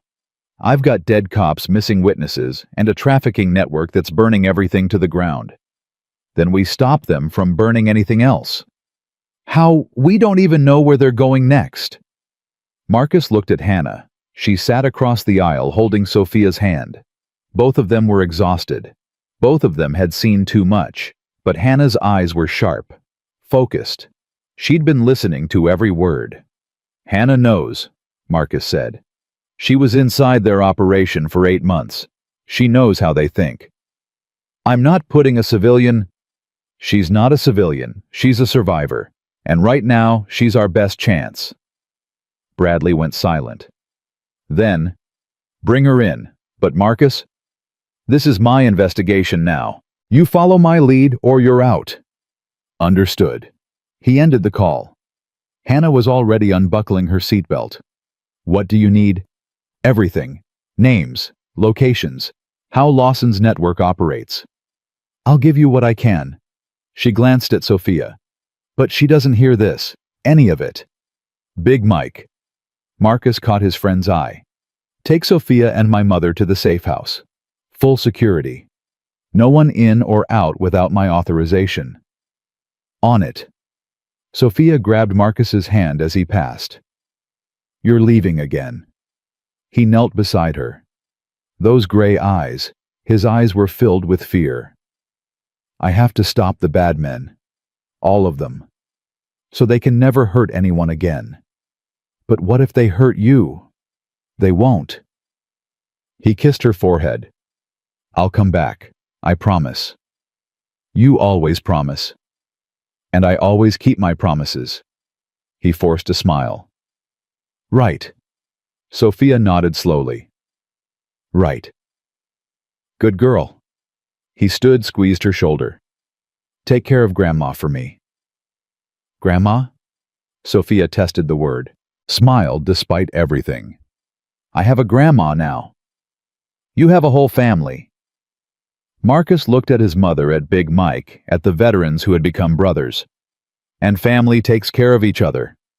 Sheriff Bradley's command center was chaos-controlled. Maps covered every surface. Phone lines rang constantly. Deputies and federal agents moved with urgent purpose. Bradley met them at the door. His face was haggard. 3 days without sleep showed in every line. The FBI's taking over. Bradshaw's operation crossed state lines. It's their jurisdiction now. And you're okay with that? I'm okay with whatever catches these bastards. Bradley led them to a conference room. Agent Sarah Mitchell, FBI Organized Crime. The woman who stood wasn't what Marcus expected.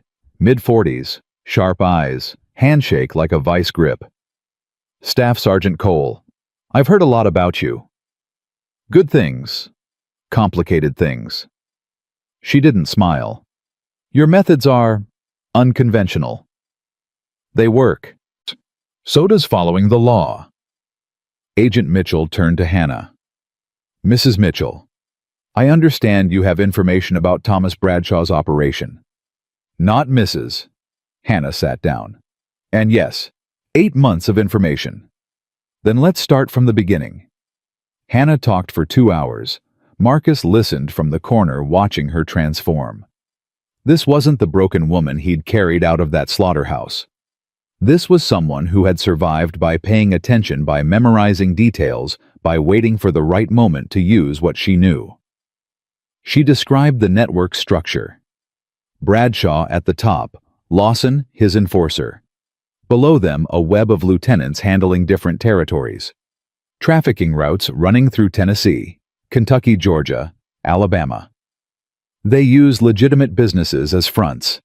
Hannah's voice was steady, clinical. Trucking companies, motels, a chain of pawn shops that launders the money. And the women, moved every few weeks, never the same location twice. Hannah's jaw tightened. They keep them scared, isolated. Tell them their families will die if they talk. How did you survive? I had Sophia. Hannah's eyes met Marcus's across the room. Every time they threatened me, every time Lawson hurt me, I thought about her, about getting her out, about living long enough to see her grow up. Agent Mitchell nodded, made notes, asked more questions. Marcus stayed silent. But inside, something was burning. These men had hurt Hannah, hurt Sophia, destroyed countless lives for profit. And they were still out there. His phone buzzed. Ghost. Got him. Marcus stepped into the hallway. Warehouse district. Old meatpacking plant. Heat signatures show at least a dozen people inside, most of them stationary. The missing witnesses. Possible. But Marcus... Ghost hesitated. There's something else. Bradshaw just got a visitor. Someone I recognize. Who? Victor Chen, the guy from Memphis. Marcus's blood went cold. Chen was supposed to be in custody. Federal agents had picked him up after the Montana operation. That's impossible. I'm looking at him right now. Live feed from a traffic camera. Ghost paused. Someone let him go. Someone inside the FBI. Marcus looked through the conference room window. Agent Mitchell was still questioning Hannah, taking notes, looking every inch the dedicated federal agent. But if there was a leak inside the FBI... Don't tell anyone else. Keep tracking them. I'm on my way. Alone. Just get me the address. Marcus pushed back into the conference room. Hannah, we need to go. We're not finished. Agent Mitchell started. Yes, we are. Marcus grabbed Hannah's arm, gentle but firm. Thank you for your time, Agent Mitchell. We'll be in touch. Cole, you can't just watch me. He led Hannah out before anyone could stop them. Bradley caught up at the exit. What the hell was that? Chen's loose. What? Victor Chen, the Memphis lieutenant. He's meeting with Bradshaw right now. Marcus kept walking. Someone in the FBI released him. Bradley's face went pale. Mitchell. I don't know. I don't trust anyone right now. Marcus reached his truck. Ghost has eyes on them. I'm going. I'm coming with you. No, you stay here. Watch Mitchell. If she makes any calls, any moves, you let me know. Marcus, you can't take on Bradshaw's entire operation alone. I'm not alone. Marcus climbed into the truck. I've got my brothers, and I've got something Bradshaw doesn't. What's that? Nothing left to lose. He drove toward the warehouse district, with Hannah beside him, Ghost feeding coordinates through the speaker. Why did you bring me? Because you know these people. How they think. How they operate. Marcus glanced at her. And because I'm not leaving you anywhere, I can't protect you. I can protect myself. I know. That's why I need you watching my back. Hannah was silent for a moment. Then, you trust me. You're the mother of my child. You survived 8 months of hell to keep her safe. Marcus reached over, took her hand. Yeah, I trust you. Even after I ran, after I kept Sophia from you. You did what you thought was right. I can't blame you for that. He squeezed her fingers. Besides, if you hadn't run, you never would have ended up with Lawson. And if you hadn't ended up with Lawson, Sophia never would have escaped. And if Sophia never escaped, you never would have found her. Or you. Marcus turned onto the access road. Everything happens for a reason, Hannah. Even the terrible things. You really believe that? I have to. He stopped the truck. Otherwise, none of this makes sense. Ghost's voice crackled through the phone. You're 200 yards out. Loading dock on the east side. Minimal guard presence. Copy. Marcus checked his weapon. Hannah, stay in the truck. No. Hannah. I spent 8 months being helpless, watching, waiting for someone to save me. Her eyes blazed. I'm done waiting. You want my help? Then let me help. Marcus studied her face. The determination. The fire. Fine. But you stay behind me. And if I say run, you run. Deal. They approached on foot, using the shadows for cover. Titan moved silently beside Marcus.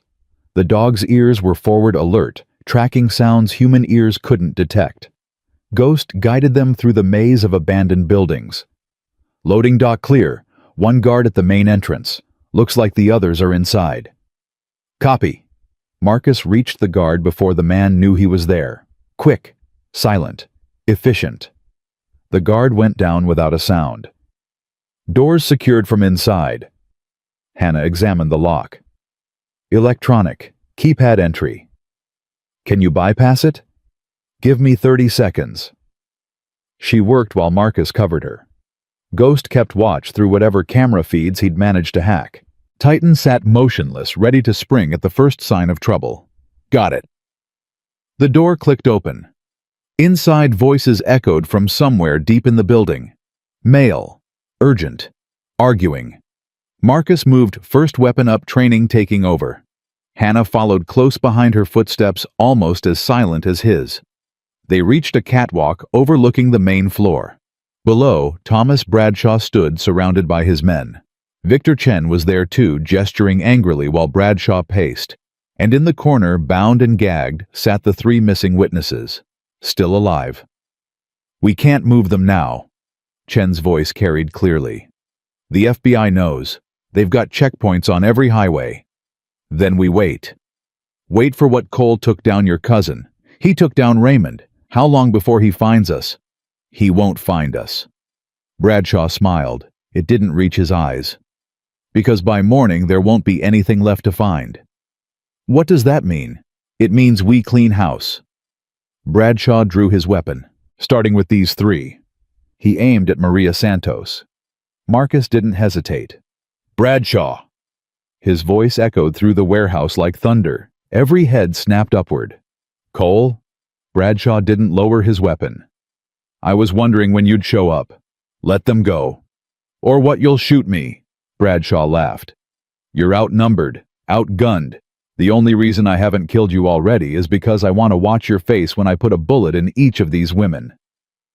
"You won't get the chance." "No." Bradshaw pressed his gun against Maria's head. "Then stop me." Marcus's mind raced. 8 armed men, 3 hostages, 1 shot to end this before it started. But if he missed... "Ghost, tell me you've got something." "Working on it." Keys clicking.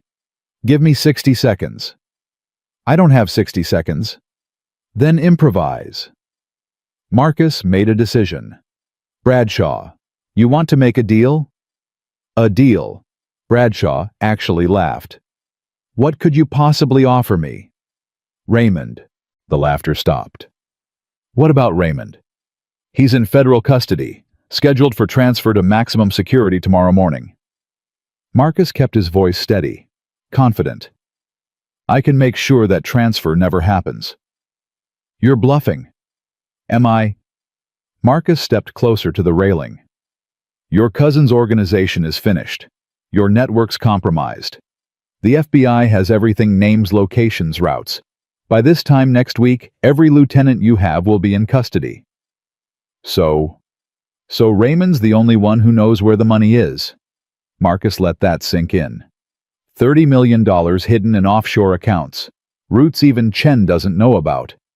Chen's head snapped toward Bradshaw. "What is he talking about?" "Shut up." "Thomas, what money?" "I said shut up." Marcus smiled. Divide and conquer. "Raymond told me everything, before we took him down. Names, numbers, account information." He paused. "He wanted me to know. Wanted someone to punish the people who betrayed him. Raymond would never. Raymond would do anything to hurt you." Marcus's voice hardened. "You left him to rot in prison for 15 years, used his network while he sat in a cell.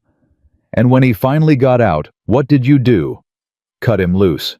Sent him after my mother like a rabid dog. That wasn't... He hates you, Bradshaw, hates you more than he ever hated me." Marcus leaned forward. "So here's the deal. You let those women go. You surrender. And I make sure Raymond's secrets die with him." Silence. Bradshaw's gun wavered. Chen spoke first. "Take the deal, Thomas." "Shut up."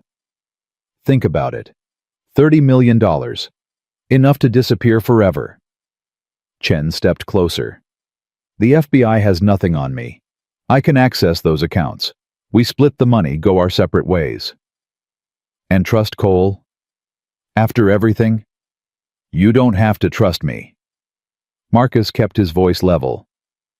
"You just have to believe I hate Raymond more than I hate you." Bradshaw stared at him, the gun still pressed against Maria's head. Then, slowly, he lowered it. "Fine, but if you're lying..." The lights went out.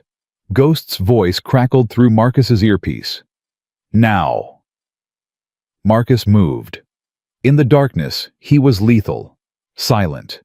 A weapon made of muscle and training, and 30 years of rage finally given a target. Muzzle flashes lit the warehouse like lightning. Screams, gunfire, bodies hitting the floor. Marcus reached Maria first. Cut her bonds. "Run! Back exit! Go!" She ran. He found Jennifer next, then Claire, sent them both toward safety while the chaos continued around them. Bradshaw's voice cut through the darkness. "Cole, where are you?" Marcus didn't answer. He circled, patient, waiting. Emergency lights flickered on dim red glow illuminating the carnage. 6 of Bradshaw's men were down. Chen was running for the exit. Titan intercepted him. 80 pounds of German Shepherd hit Chen at full speed. The man went down screaming, Titan's jaws locked around his arm. "Good boy." That left Bradshaw. Marcus found him near the loading dock, gun raised, spinning wildly. "Come out, Cole, face me like a man." Marcus stepped from the shadows. "Looking for me." Bradshaw fired. The shot went wide. Marcus was already moving, closing the distance before Bradshaw could adjust his aim. They collided.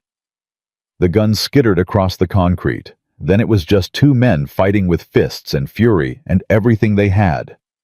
Bradshaw was bigger, stronger. But Marcus had trained with the best, had fought in places most people couldn't imagine, and he had something to fight for. The first punch caught Bradshaw in the jaw. The second doubled him over. The third put him on the ground. Marcus stood over him, breathing hard. "It's over." "Nothing's over." Bradshaw spat blood. "You think you've won? My network is everywhere. FBI, police, politics. You'll never be safe. Your family will never be safe." "Maybe not." Marcus reached down, grabbed Bradshaw by the collar. "But at least I'll know you're rotting in a cell right next to Raymond." He hit him once more, hard enough to put him out. Then he just stood there, surrounded by the wreckage of an empire built on suffering. It didn't feel like victory. It felt like a beginning. Hannah found him still standing there 5 minutes later. "The women are safe. Ghost called Bradley. They're sending units now." "Good." "Marcus." She touched his arm. "It's over." "Is it?" He turned to face her. "Bradshaw said his network goes everywhere. FBI, police. How do we know Bradley isn't part of it? How do we know anyone isn't part of it?" "We don't." Hannah stepped closer. "But we can't fight everyone. We can't save everyone. We can only do what we can and hope it's enough. And if it isn't, then we do more tomorrow." She took his hand. "Come on, let's go home." Home. Marcus tasted the word. "I don't think I know what that means anymore." "Then we'll figure it out together." Sirens in the distance, getting closer. Marcus looked at Bradshaw's unconscious form, at Chen still pinned under Titan, at the aftermath of violence that seemed to follow him everywhere. "I need to make a call first." He stepped away, dialed a number he hadn't used in 3 years. Commander Richardson answered on the second ring. "Cole, where the hell have you been?" "Long story, sir. I need a favor."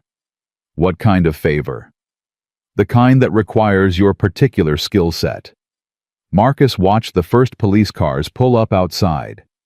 "I need to know who in the FBI is working for a trafficking network, and I need to know tonight." Silence. Then, "This have anything to do with the mess I've been hearing about in Nashville?" "Yes, sir." "And the reports about your father being alive?" "Those too." Richardson exhaled heavily. "You know, Cole, when you left the teams, I thought you might finally find some peace."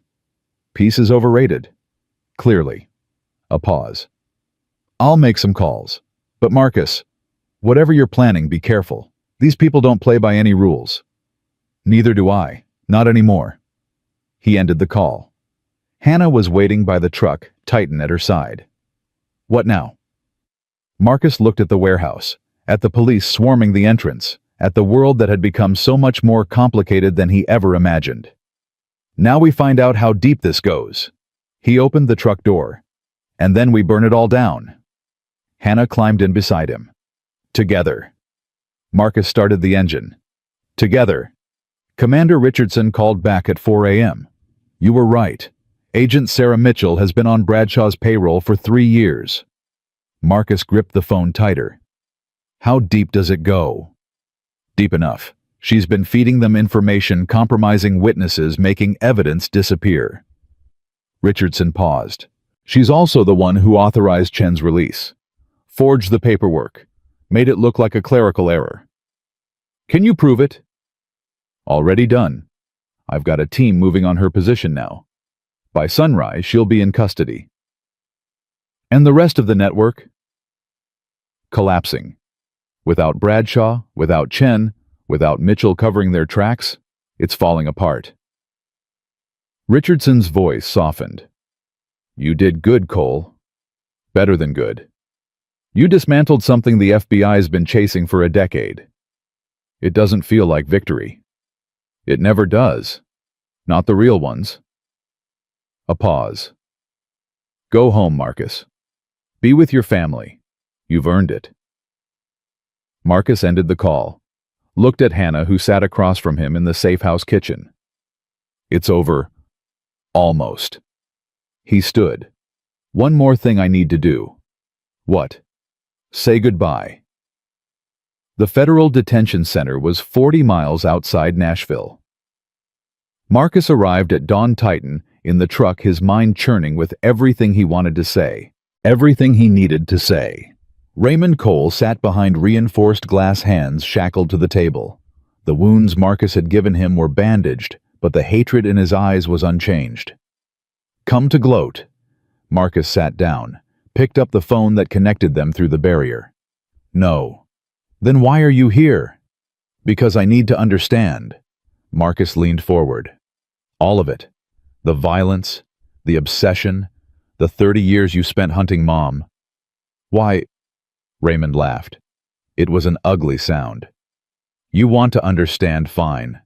I'll tell you. He leaned closer to the glass. Your mother destroyed me. She didn't just leave, she erased me. Made me look like a monster. Turned my own son against me. You were a monster. I was a man who loved his family. Raymond's voice rose. Everything I did for you, for her. And she repaid me by faking her death and letting me rot in prison. You beat her, for years. I disciplined her. There's a difference. No. Marcus's voice was quiet, cold.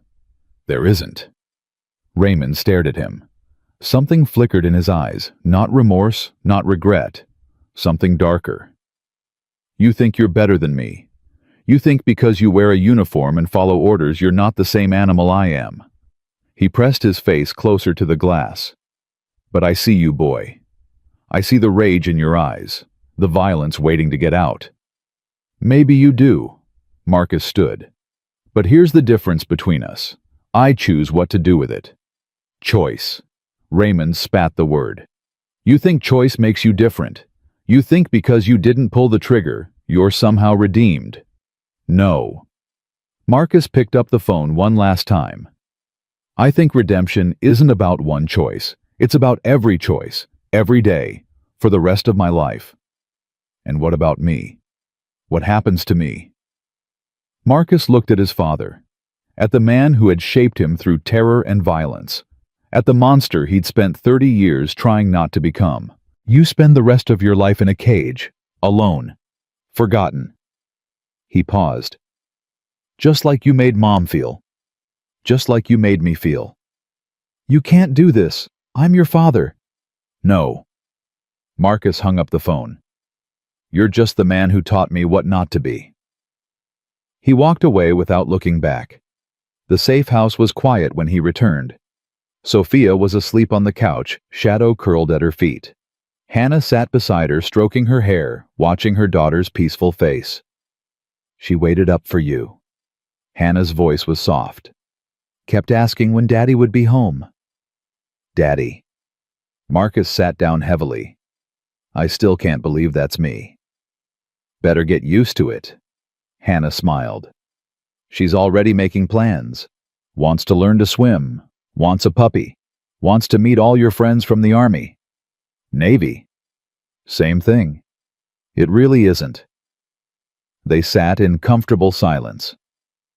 Marcus watched his daughter sleep this child he'd known existed for barely a week, who had already changed everything. "What happens now?" Hannah asked. "I don't know." He reached over, took her hand. "But I know what I want to happen." "What's that?" "I want to be a father. A real one. I want to watch Sophia grow up, help her with homework, teach her to drive." He squeezed her fingers. "And I want you there. Both of you. Building something together." "Marcus, I know I don't deserve it. I know I've got a lifetime of demons to deal with. But I'm willing to try, if you'll let me." Hannah was quiet for a long moment. Her green eyes searched his face looking for something. Whatever she found seemed to satisfy her. "Okay. Okay.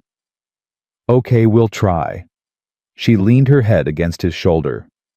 "But Marcus, if you ever scare me like that again, running off to fight bad guys without telling me I'll kill you myself."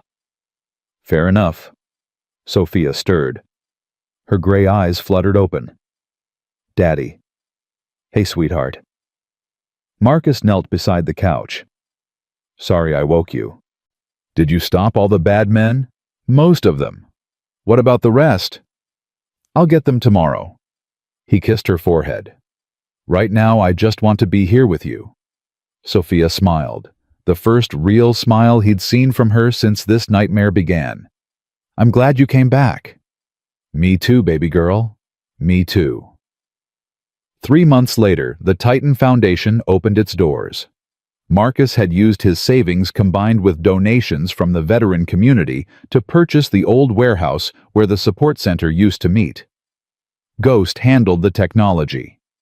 Big Mike handled construction. Doc set up a medical clinic for people who couldn't afford care. The mission was simple: help the broken pieces find their way home. Veterans struggling with PTSD. Women escaping domestic violence. Children caught in the crossfire of adult failures. Anyone who needed a second chance. This is incredible. Hannah stood in the main hall, watching volunteers set up for the grand opening. "You built all this in 3 months." "We built it." Marcus wrapped his arm around her. "Everyone contributed. Everyone believed. Even your mother." Marcus looked across the room where Lily Cole, still getting used to her real name again, was helping Sophia hang decorations.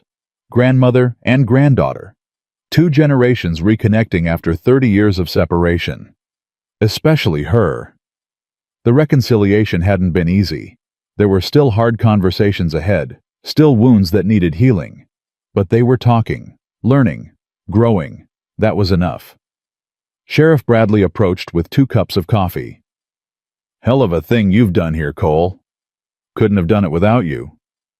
"Sure you could. You'd have just broken more laws doing it." Bradley grinned.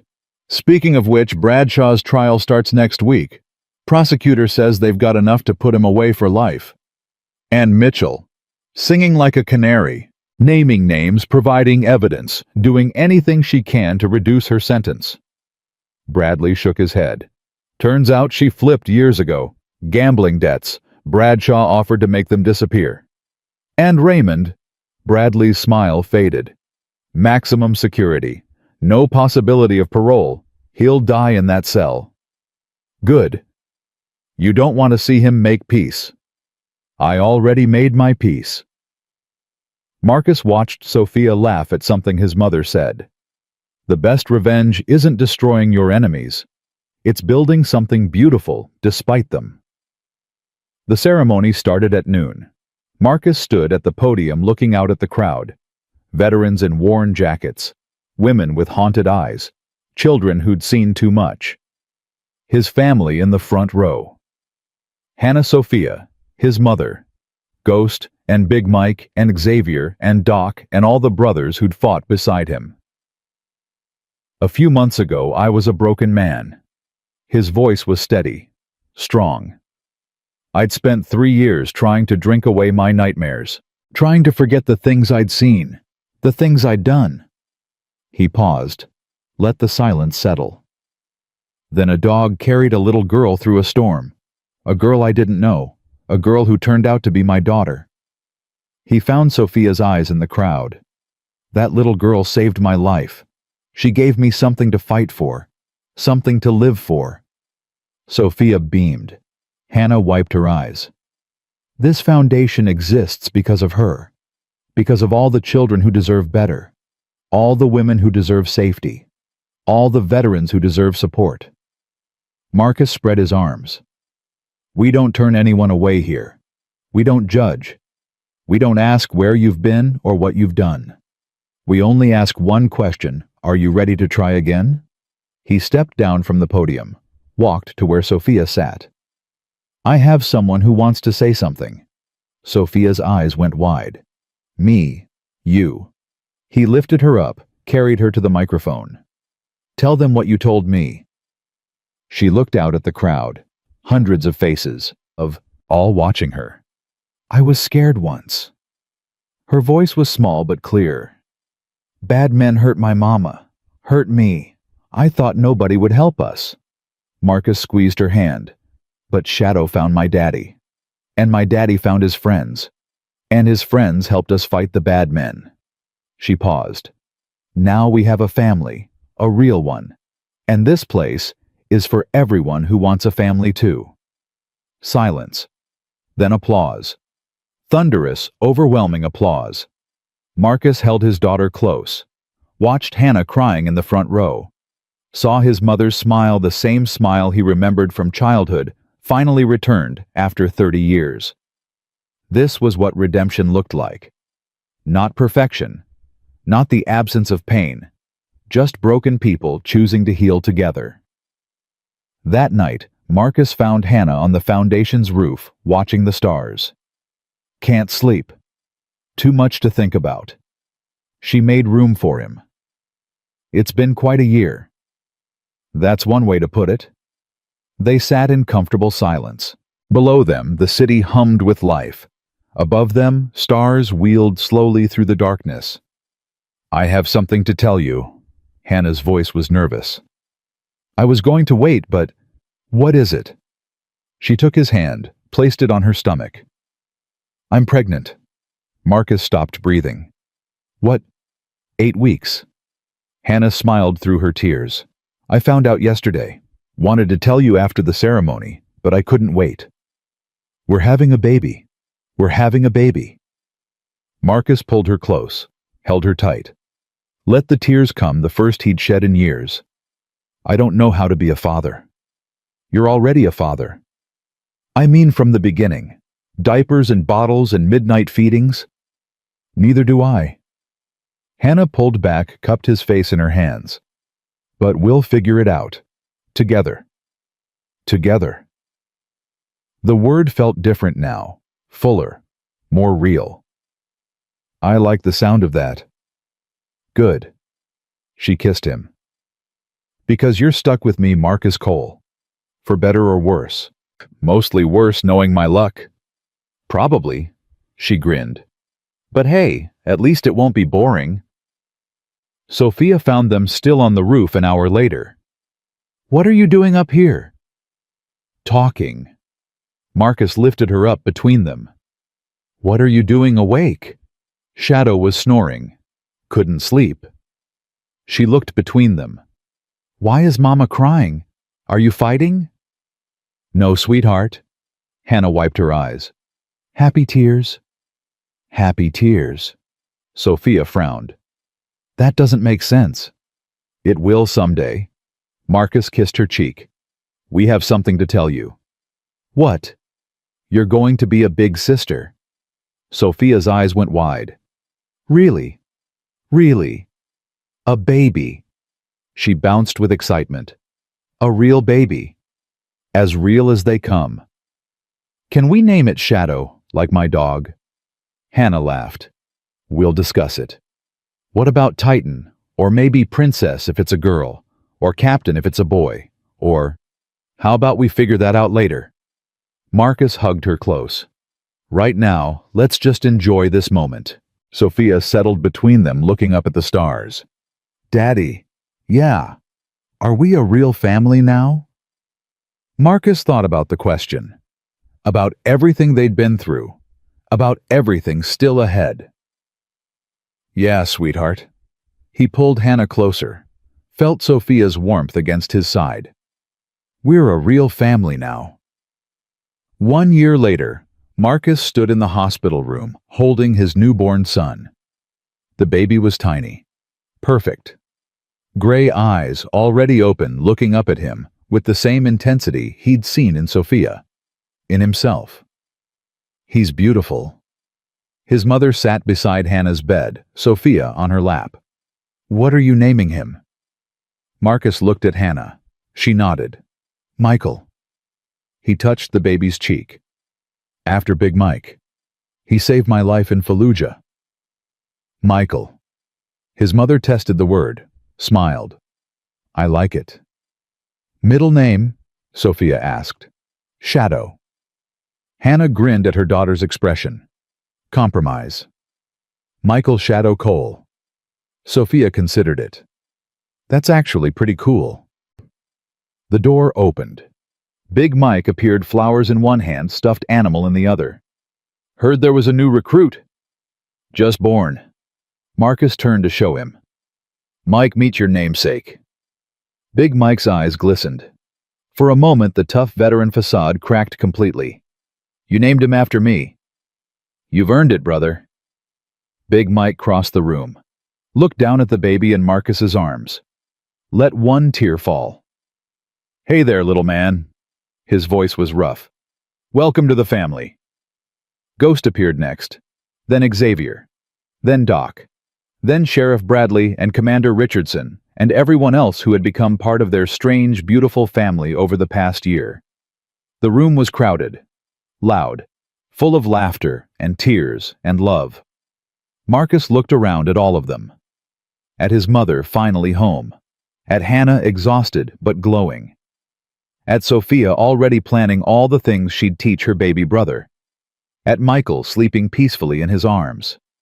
This was what he'd fought for. Not revenge, not justice, not the destruction of his enemies. This. Speech.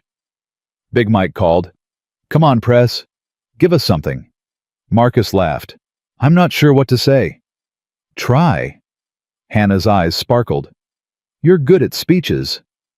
He took a breath, looked at the faces around him. A year ago, I was ready to give up. I'd lost hope, lost faith, lost everything I thought mattered. He paused. Then a dog carried a girl through a storm, and that girl carried me back to life. Sophia beamed. I spent 30 years being afraid of what I might become, afraid the violence in my blood would win, afraid I'd end up like my father. He shook his head. But I've learned something this year, something I wish I'd understood a long time ago. What's that? Ghost asked. We're not defined by our blood. We're not defined by our pasts. We're not defined by the darkness we carry. Marcus pulled Michael closer. We're defined by our choices, by the love we give, by the families we build from the broken pieces of our lives. He looked at his mother.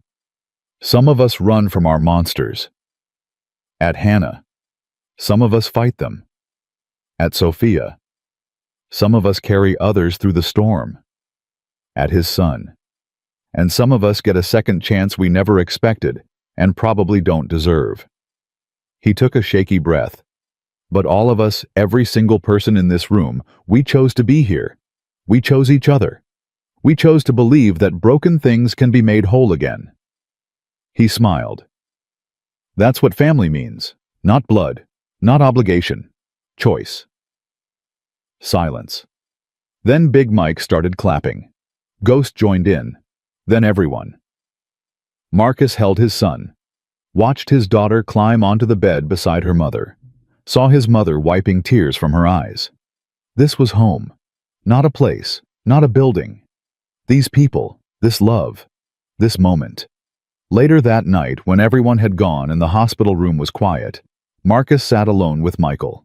The baby was asleep, peaceful, oblivious to the chaos that had surrounded his birth. I'm going to tell you something, Marcus whispered. Something I want you to remember. Michael's tiny hand wrapped around his finger. The world is going to try to break you. It's going to hurt you, disappoint you, make you want to give up. He paused. But you come from a line of survivors. Your grandmother escaped a monster and built a new life. Your mother survived hell and came out stronger. Your sister ran through a storm to save everyone she loved. He leaned closer. And your father? Your father learned that the only thing stronger than violence is love. The only thing that defeats darkness is choosing light, every day, no matter how hard it gets. Michael stirred.